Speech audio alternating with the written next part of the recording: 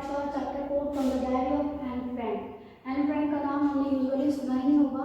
Anne Frank एक छोटी सी लड़की थी, मात्र वो 13 ईयर की थी और उसने अपने डायरी को लिखना स्टार्ट किया था। और उसका जो डायरी लिखा हुआ था उसका एक ये जो चैप्टर वो एक एक्सट्रैक्ट है बस। एन फ्रैंक की डायरी वर्ल्ड में काफ़ी फेमस हुई। ऐसे पहले वो डायरी थी जिससे वर्ल्ड में इतना सम्मान मिला था। तो एन फ्रैंक जो थी वो एक ज्यूइश गर्ल थी और ये जो स्टोरी है वो बेसिकली बेस्ड है सेकेंड वर्ल्ड वॉर में। As we know that the period of second world war is 1939 to 1945। तो ये जो स्टोरी है वो सेकेंड वर्ल्ड वॉर पर बेस्ड है। उस टाइम जर्मनी में एक डिक्टेटर रहता था जिसका नाम था हिटलर, एडोल्फ हिटलर। तो एडोल्फ हिटलर जो था उसको ज्यूइश लोगों से काफ़ी प्रॉब्लम थी। वो उनको क्या करता था, कंसंट्रेशन कैंप में ले जाता था और उनको तरह तरह का टॉर्चर किया जाता था। कंसंट्रेशन कैंप बेसिकली बना था ज्यूइश पीपल्स को टॉर्चर करने के लिए। तो इसी चीज़ से बचने के लिए जो ज्यूइश लोग थे वो रैपिडली माइग्रेट होते रहते थे, एक जगह से दूसरी जगह को जाते रहते थे ताकि वो हिटलर की नज़रों से बचे रहे। ज्यूइश लोगों का जो लाइफ था वो काफ़ी ज़्यादा भय में बीतता था जर्मनी में। एन फ्रैंक का जन्म तो जर्मनी में हुआ था, बट उसके फादर जब वो 4 साल की थी तो वो क्या किए, वो हॉलैंड शिफ्ट कर गए। हॉलैंड जो है एक यूरोपियन कंट्री, जर्मनी में यूरोपियन कंट्री है, बट हिटलर का ऐसा आतंक था वहाँ पर, इतना टेरर था हिटलर का वहाँ पर जिस लोगों के बीच, इसीलिए उन्होंने क्या किया था, खुद को और अपने फैमिली के साथ माइग्रेट कर लिया था हॉलैंड में। तो यहाँ पर मैं बताना चाहूँगी कि जो एन फ्रैंक है उसने अपनी फर्स्ट डायरी एंटर की थी 12 जून 1942 को और लास्ट डायरी एंट्री हुई थी उसकी 1 अगस्त 1944 को। तो एन फ्रैंक का पूरा नाम था एनालिस मैरी एन फ्रैंक, जिसका जन्म हुआ था 12 जून 1929 में और उसका डेथ हुआ था 1945 में। वो एक जर्मन बॉर्न पटो थी। तो स्टार्ट होती है स्टोरी। तो उसको डायरी लिखने का शौक उसका सडनली नहीं आया था। वो उसके पास बोलती है कि ऐसा बोला गया है इसमें कि उसके पास बहुत बड़ी फैमिली थी, 30 लोग थे उसकी फैमिली में और बहुत उसको सारे लोग प्यार करते थे, लेकिन उसे ऐसा कोई नहीं मिलता था जिसको वो अपने दिल की सारी बात बता सके। उसके पास कोई ऐसा बेस्ट फ्रेंड नहीं था। तो इसलिए उसने डिसाइड किया कि वो डायरी को अपनी बेस्ट फ्रेंड बनाएगी। डायरी को उसने बेस्ट फ्रेंड बनाया और उस डायरी का नाम उसने रखा किटू। जब वो 13 साल की थी तो उसके फादर ने उससे बर्थडे गिफ्ट में दिया था डायरी। उसके बाद से उसने डायरी को लिखना स्टार्ट किया। 2 साल बस उसने डायरी लिखी थी। लाइक अगर ये डायरी कोई बड़े लोग लिखते, कोई एडल्ट पर्सन लिखते तो हमें ऐसा लगता है कि चलो उसने बहुत सोच समझ करके लिखा हुआ डायरी को, लेकिन एक छोटी सी बच्ची थी, बस उसके लाइफ में जो हुआ उसने उस डायरी में लिख दिया और ये जो डायरी है उसी का क्रोनोलॉजी है। तो वो स्टार्ट करती है, writing a diary is a really strange experience for someone like me.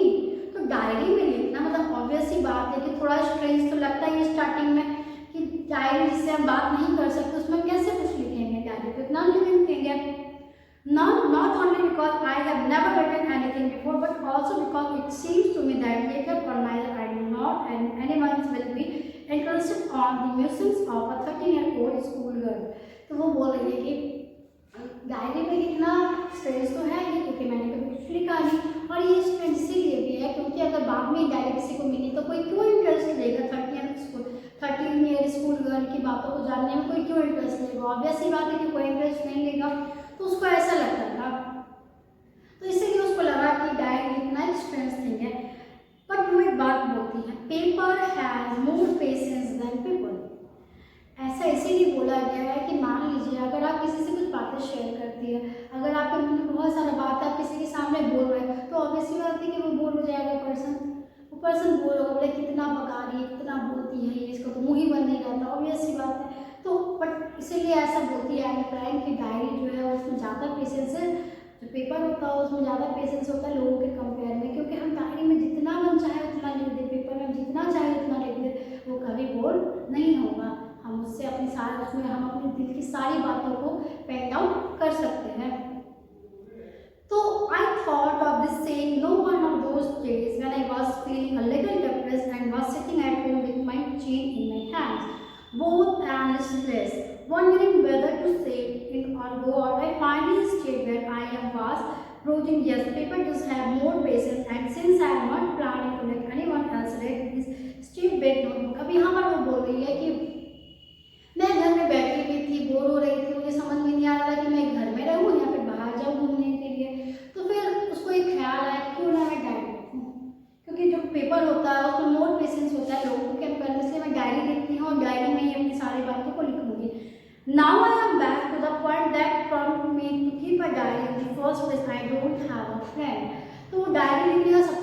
उसका पर्पस था कि उसके पास कोई फ्रेंड नहीं थे। Let me put it more clearly, since no one will believe that a 13-year-old girl is completely alone in the world. तो वो बोल रहा है कि मैं ये बात को बताना चाहूँगी कि कोई भी पर्सन बिलीव नहीं करेगा कि जो 13 साल की एक लड़की है वो इस दुनिया में अकेली है। दुनिया में अकेली है का मतलब ये नहीं कि उसके पेरेंट्स नहीं है, फिर उसके रिलेटिव्स नहीं, सब है, लेकिन अंदर से लाइक अगर उसके मन में कोई अगर बात है तो वो किससे बोले, इस टाइप का उसके पास कोई नहीं था। I have loving parents and 16-year-old sister, and there are about 30 people I can call friends. वो बोल रही है कि मेरी मम्मी थी, मेरे पापा थे, मेरी 16-year-old बहन थी, कुल 30 लोग थे जिनको मैं अपना फ्रेंड बोल सकती थी। उसके पास फैमिली भी था, लविंग आंट्स भी थी और एक गुड होम था। No one on the surface I seem to have everything except my one true friend। सब कुछ था लेकिन मेरे पास एक सच्चा दोस्त नहीं था। फिर वहाँ पर वो बोल रही है कि unfortunately they are not liable to change, this is why I have started the diary. क्योंकि उसके पास कोई ट्रू फ्रेंड नहीं था तो उसके दिल की सारी बातों को सुन सके, वो उसको सारी बातों को बोल सके, शेयर कर सके, सब कुछ उसके पास ट्रू फ्रेंड नहीं था, इसलिए उसने डायरी को लिखना स्टार्ट किया।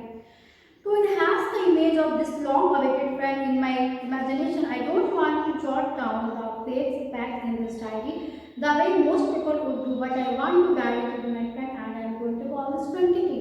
तो वो बोल रही है कि क्योंकि मेरे पास कोई फ्रेंड नहीं था इसीलिए मैं चाहती थी कि मैं डायरी को अपना फ्रेंड बनाऊँ और अपना बेस्ट फ्रेंड बनाऊँ, और बेस्ट फ्रेंड को लेकर, ट्रू फ्रेंड को लेकर मेरे अंदर जो भी इमेजिनेशन है मैं उस डायरी के थ्रू अपना इमेजिनेशन को पूरा करूँ। और उसने अपनी डायरी का नाम रखा kitty.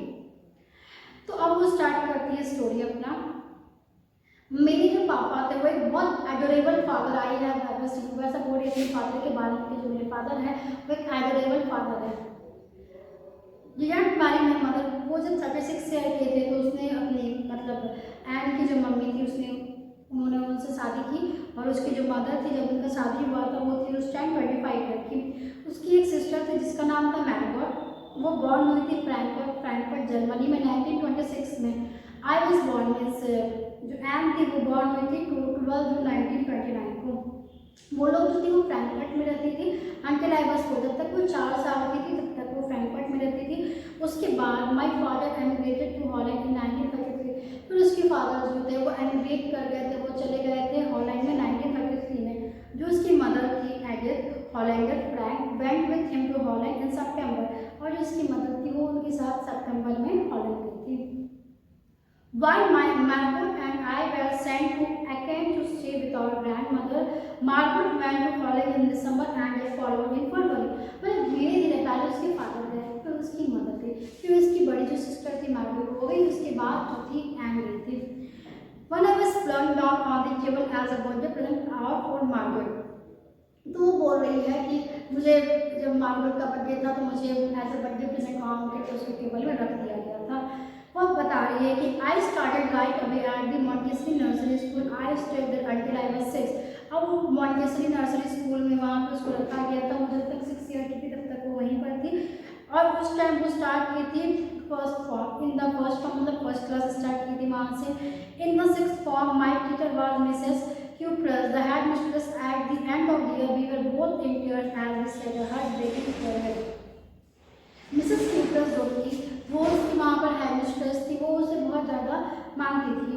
In the summer of 1941, जब समर था 1941 का, तो जो ग्रैंड माँ थी उसकी दादी वो बीमार पड़ गई, तो इसीलिए उसका बर्थडे का इसलिए जो एम थी उसका बर्थडे का सेलिब्रेशन नहीं हुआ, क्योंकि उसकी जो दादी थी ग्रैंड माँ थी वो बीमार पड़ गई थी।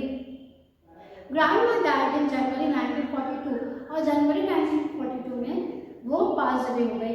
No one knows how when I think of her I still love her. तो वो बोल रही थी कि कोई ये नहीं जानता कि मैं उनसे अभी भी कितना प्यार करती थी। This birthday celebration in 1942 was intended to make up for the other, and grandma Kendall was lifelong with the race।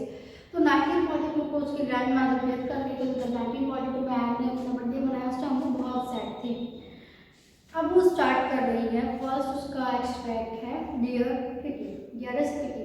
तो मैंने पहले बताया कि उसकी डायरी का नाम था किटी, तो वो डायरी को बोल रही है डियरेस्ट किटी। हमारा जो इंटायर क्लास था वो मतलब उस टाइम क्लास में बहुत चहल पहल थी, लोग एक दूसरे से डिस्कस कर रहे थे कि कौन पास करेगा, कौन फेल करेगा, किसका प्रमोशन होगा, किसका डिमोशन होगा, कौन आगे के क्लास में प्रमोट होगा। तो इस टाइप में सारे लोग डिस्कस कर रहे थे, सब बहुत परेशान थे और टीचर्स लोग का मीटिंग चल रहा था स्टाफ रूम में। We'll move on in the next one. We will G and I love our Cecilia and the two boys behind us. तो अब यहाँ पर वो बोल रहे थे, मुझे तो लगता था क्वार्टर और क्लास फेल हो जाएगा, क्योंकि लोग इतना अच्छा पढ़ते नहीं थे, क्वार्टर और क्लास फेल हो जाएगा। मैं मेरा सारा सब्जेक्ट ठीक था, बट मैं मैथ्स में थोड़ा डर था। मुझे मैथ्स में क्यों डर था, क्योंकि मैथ्स के जो टीचर थे वो मुझसे मैथ के जो टीचर थे वो एनी को ज़्यादा पसंद नहीं करते थे, क्योंकि वो काफ़ी ज़्यादा बात करती थी, इसलिए उन्होंने उसका नाम चैटर बॉक्स रख दिया था। वो उसे पसंद नहीं करते थे, तो इसीलिए उसे मैथ से थोड़ा डर लग रहा था। फिर वो बोल रही है कि टीचर्स जो थे वो आपस में डिस्कस कर रहे थे कि कौन प्रमोट होगा, कौन किसका डिमोशन होगा। तो ये लाइन में यूज करती है, teachers are the most unpredictable creature on earth. Teacher ऐसे क्रिएचर्स हैं जिनको हम लोग प्रेडिक्ट नहीं कर सकते कि आगे क्या स्टेप लेंगे। उनको एक अनप्रेडिक्टेबल क्रिएचर बता रही है अर्थ का एंड। तो वो बोली कि मुझे बस मैथ्स में डर था, क्योंकि जो मैथ्स के टीचर थे जिनका नाम था मिस्टर कैसिंग, मिस्टर कैसिंग जो थे वो एन को इतना पसंद नहीं करते थे, क्योंकि एन जो थी वो काफ़ी ज़्यादा बात करती थी। तो एक बार की बात है, एक बार उसे क्या हुआ, क्लास में बात कर रही थी, क्योंकि वो यूजुअली सारे क्लासेस में बात करती थी, बट जो मैथ्स की क्लास में जो टीचर्स थे वो उसे खास पसंद नहीं करते थे। तो एक बार उन्होंने क्या किया, मैथ्स टीचर ने, उन्होंने उसे होमवर्क तो दिया ही, लेकिन साथ में एक एक्स्ट्रा होमवर्क दिया। होमवर्क का नाम था उसे कैसे लिखना था अ चैटर बॉक्स पे। A chatter box what can you write about that. तो उसने बोला कि एक चैटर बॉक्स टॉपिक पे कोई क्या लिख सकता है, बट स्टिल उसने 3 पेज का ऐसे भर दिया चैटर बॉक्स को, और वो जाकर के अपने टीचर्स को दिखाती है। टीचर जो थे मिस्टर कैसिंग वो देखते हैं और वो हंसते हैं, बट वो वहाँ तक नहीं रुके। उसके बाद उन्होंने उसे एक और ऐसे दिया। उसके बाद उन्होंने ऐसे दिया उसे, नेक्स्ट ऐसे था एन इनकरेजेबल चैटर बॉक्स। जो चैटर बॉक्स टाइटल था, जो पहला ऐसे मिला था, उसमें उसने लिखा था कि एक लड़की थी, उसकी मदर बहुत ज़्यादा बात करती थी, तो वो भी बहुत ज़्यादा बात करती थी, क्योंकि उसे ट्रेड्स में मिला हुआ था, उसे वो अपने पेरेंट्स से मिला हुआ, तो कैसे वो उस चीज़ को सुधार सकती, नहीं सुधार सकती। इस बारे में उसने 3 पेज कर दिया। और फिर उसके बाद वो स्टेट क्लास में बात कर रहे थे, तो जो मिस्टर केसिंग थे उन्होंने हार नहीं मानी। उन्होंने नेक्स्ट फिर उसको एक ऐसे लिखने के लिए दिया। उस ऐसे का नाम था एन इनकरेजेबल चैटर बॉक्स। इस टॉपिक पर भी एन थी वो काफ़ी अच्छा इसे लिख करके लाई, और उसको देख करके मिस्टर केसिंग भी हंस रहे थे, क्योंकि उसने इतना ह्यूमरस वीडियो से लिखा था। नेक्स्ट उसने फिर क्या किया, Anne Frank has punishment for talking in class, write an essay entitled quack quack quack said Mr. Chatterbox। Chatterbox जो था नेक्स्ट टॉपिक पर जब उसने ऐसे लिख दिया, तो एक और ऐसे का टॉपिक उसे मिल गया, और नेक्स्ट ऐसे का टॉपिक का नाम था quack quack quack sad mister chatterbox. तो इस बार उसने डिसाइड किया कि मैं कुछ ऐसा ऐसे लिखूंगी ताकि जितने भी लोग हैं, जो टीचर है मिस्टर केसिंग है, वो नेक्स्ट टाइम मुझे बात करने के लिए कुछ नहीं बोलेंगे। तो इस ऐसे वो चाहते थे कि इस ऐसे को पोएम के फॉर्म में लिखे, तो इसलिए उसने अपने फ्रेंड की मदद ली, जिसका नाम था सैम। वो जो सैम था वो बुक था पोएट्री में, तो उसने उसकी मदद ली। तो उसने देखते पोएम कैसे लिखा। I finished my poem and it was beautiful. It was about a mother duck and a father swan with 3 baby ducklings. अब वो बोल रही है कि ये जो पोएम था वो काफ़ी अच्छा था। ये जो पोएम था वो था एक मदर डक के बारे में और उसके फादर स्वैन के बारे में, और उनका 3 बेबी डकलिंग्स था। तो जो उसके फादर थे उन्होंने क्या किया, डकलिंग्स को मार दिया, क्योंकि वो लोग काफ़ी ज़्यादा क्वैक क्वैक क्वैक करते थे। लकली मिस्टर कैसे to the joke in right way. तो लकली उसका किस्मत अच्छा था एंड का कि जो मिस्टर केसिंग थे उसके मैथ टीचर, उन्होंने इस जोक को राइट वे में लिया, और उसके बाद से वो उससे बात करने के लिए कुछ नहीं बोलते थे, तो वो लिखना बात करना है। तो मिस्टर केसिंग ने भी उसके जो ऐसे था उनको ह्यूमरस ऐसे को एक राइट वे में लिया, और उसके बाद उसे कभी भी एक्स्ट्रा होमवर्क भी उसे नहीं दिया, और ना ही उसे बात करने के लिए वो डांटते थे। तो ये थी स्टोरी एंड प्लान की। नेक्स्ट वीडियो नेक्स्ट चैप्टर की